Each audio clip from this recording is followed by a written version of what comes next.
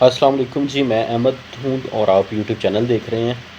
ابھی وزیر science and technology Fawad Chaudhry صاحب میڈیا سے پریس کانفرنس کر رہے ہیں، سو دیکھتے ہیں کیا کہتے ہیں یہ فواد چودھری صاحب۔ آئیے آپ بھی دیکھیں میں بھی دیکھتا ہوں۔ گلے کی دیکھیے، سچی بات تو یہ ہے کہ مجھے یہ بھی بڑی خوشی کی بات ہے کہ پاکستان میں ہم ایک اپنا جب بھی کمپیریزن کرتے ہیں، جمہوریت کا کمپیریزن کرتے ہیں یا صحافت کا کمپیریزن کرتے ہیں، ہم فرسٹ ورڈ کمپیریزن کرتے ہیں۔ ادروائز تھرڈ ورڈ میں یا باقی مسلم ورڈ میں تو ہمارا کوئی کمپیریزن نہیں ہے کسی سے۔ جو آزادیاں پاکستان میں میسر ہیں، یہ مسلم ورلڈ میں تو کوئی تصور بھی نہیں کر سکتا ہے ان آزادیوں کا، تھرڈ ورلڈ میں کوئی تصور نہیں کر سکتا ان آزادیوں کا۔ اور اس وقت جو لڑائی ہماری جمہوریت میں بھی ہے، وہ بھی اس لیے ہے کہ ہم کہتے ہیں کہ یہاں فرسٹ ورلڈ سٹینڈرڈز ہونے چاہیے جمہوریت کے، جو ایکچولی پاکستان کی سپریمیسی کو ظاہر کرتا ہے اس وقت پاکستان کے باقی جو تھرڈ ورلڈ کنٹریز ہیں یا مسلم ورلڈ ہے اس کے اوپر۔ اور اس لیے ہم اس کے اوپر جو ڈیبیٹ ہے یہ بڑی ہیلدی ڈیبیٹ ہے۔ لیکن ایک بات میں آپ کو ضرور یہاں پہ کہنا چاہوں گا، اور گورنمنٹ کو بھی، 2013 میں پریزیڈنٹ اوباما نے یہ بات کہی کہ دنیا میں جس طریقے سے یہ ٹیکنالوجی کی وجہ سے ایک جو میڈیا کا ایک رفتار ہے وہ اتنی تیز ہو گئی ہے کہ حکومتوں کے لیے اور پولیٹیشنز کے لیے ایک بہت بڑا چیلنج ہے کہ وہ اس انفارمیشن وار کو مینج کیسے کریں۔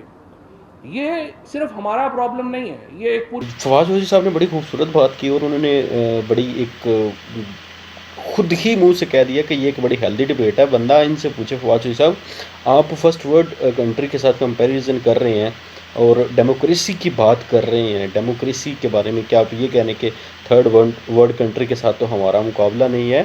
کیا فرسٹ ورلڈ کنٹری والوں نے تو ہر چیز کو پرائورٹائز ایجوکیشن کو کی ہے؟ آپ تب دیکھیں کہ آپ نے ایجوکیشن کو پرائورٹائز کیا ہے؟ کیا آپ نے لوگوں کو روزگار دیا ہے؟ کیا آپ نے مہنگائی کو کنٹرول کیا ہے؟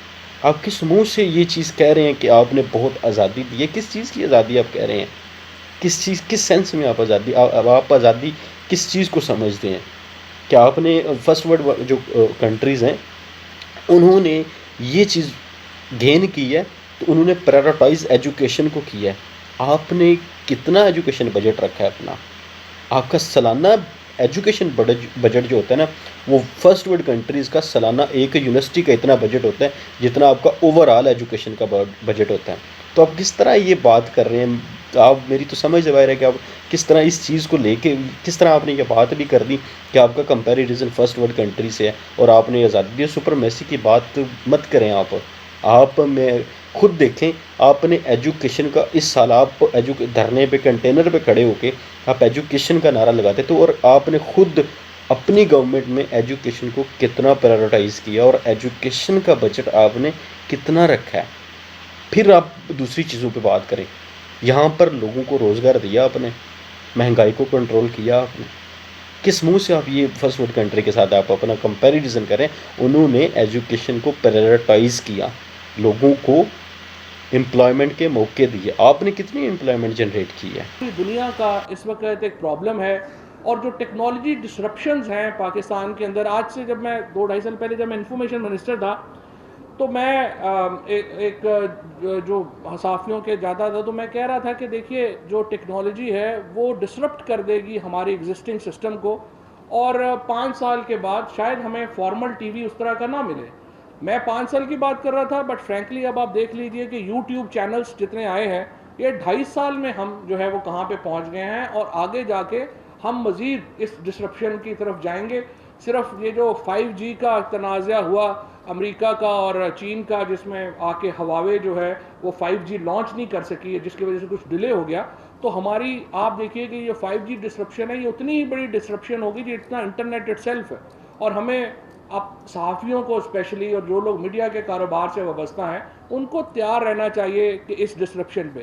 اب بھی ہم اشتہاروں کی بات کر رہے ہیں، اس سال پہلی بار جو گورنمنٹ ہے وہ اپنی ڈیجیٹل پالیسی جو ہے وہ لے کے آ رہی ہے، سو ایڈورٹیزمنٹ کا ایک بجٹ جو ہے وہ ڈیجیٹل کی طرف بھی جائے گا۔ اور اگلے 5 سالوں میں ریسٹ شور، ہمیں اچھا لگے یا برا لگے، یہ ایک بہت اچھا انیشیٹو لیا گیا گورنمنٹ کی طرف سے، اگر یہ چیزوں کو ڈیجیٹلائز کر رہے ہیں، کیونکہ آنے والا دور بالکل آپ نے خود ہی فرما دیا کہ انفارمیشن ٹیکنالوجی کا، تو یہ ایک خوشائن پوائنٹ ہے، یہ آپ کو خوشائن اقدام ہے کہ جو آپ نے چیزوں کو ڈیجیٹلائز اور ٹیکنالوجی کی طرف موو کی ہے، یہ ایک ویل شاٹ ہے۔ فارمل میڈیا سے جو ڈیجیٹل میڈیا کی ایڈورٹائزنگ ہے وہ بڑی ہو جائے گی، اور آپ اور ہمیں اس کے لیے تیار رہنا ہوگا، ہمیں دیکھنا ہوگا کہ ہم آگے جائیں گے تو کیسے جائیں گے۔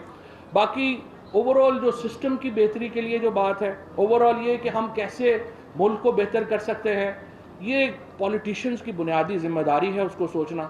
اس کے لیے جو ہماری ڈیبیٹ سینٹر ہے وہ صحافیوں نے دینا ہے، جس طرح سے مرضی دیں۔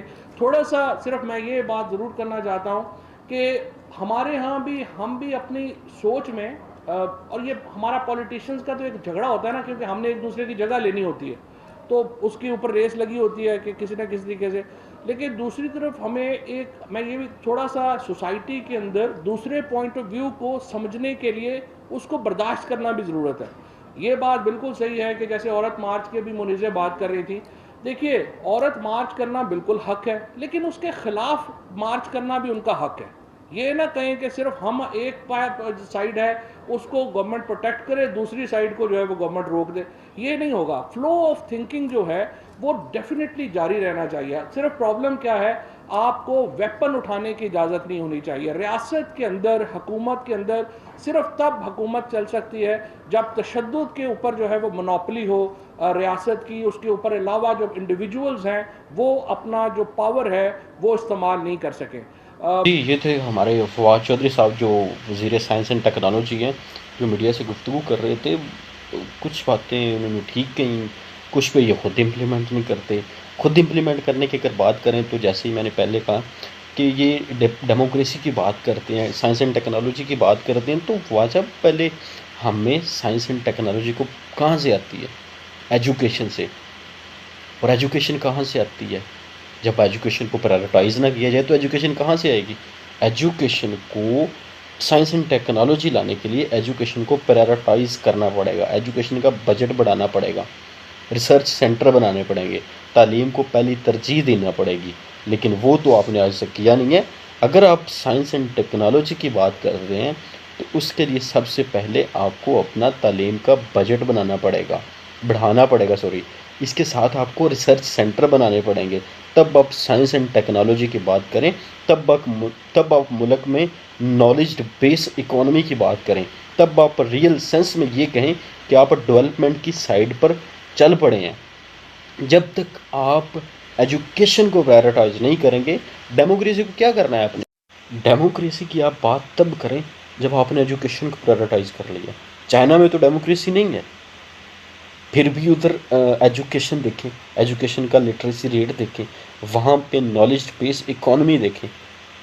آپ مڈل ایسٹ کی طرف چلے جائیں، وہاں پہ ڈیموکریسی نہیں ہے، لیکن وہاں پہ ٹیکنالوجی بھی نہیں ہے، وہ باروڈ ٹیکنالوجی استعمال کر رہے ہیں۔ سمجھ رہے ہیں میری بات آپ؟ وہ باروڈ ٹیکنالوجی یوز کر رہے ہیں۔ وہاں پہ صرف اور صرف لوگوں کے پاس ریسورسز اتنے نیچرل ریسورسز ہیں، وہاں پہ مہنگائی نہیں ہے، لوگوں کو روزگار دیا گیا ہے، چیزوں کو مینیج کیا گیا ہے۔ فرسٹ آف آل آپ ڈیموکریسی کی بات تب کریں جب آپ ایجوکیشن پرووائڈ کر سکیں، ایجوکیشن کو پرائرٹائز کریں اور لوگوں کو روزگار کے مواقع دیں۔ پہلی چیز ہوتی ہے بیسک نیڈز، آپ لوگوں کی first of all basic needs پوری کریں، اس کے بعد ڈیموکریسی کی بات کریں اور اپنا کمپیریزن دوسری کنٹریز، فرسٹ ورلڈ کنٹری کی طرف جائیے گا۔ ابھی تو ترکی آپ سے بہت آگے ہے۔ امید کرتا ہوں آج کی آپ کو یہ ویڈیو پسند آئی ہوگی۔ اپنا خیال رکھیے گا، ملتے ہیں آپ سے اگلی ویڈیو میں۔ اپنے چینل کا بھی خیال رکھیے گا۔ خدا حافظ۔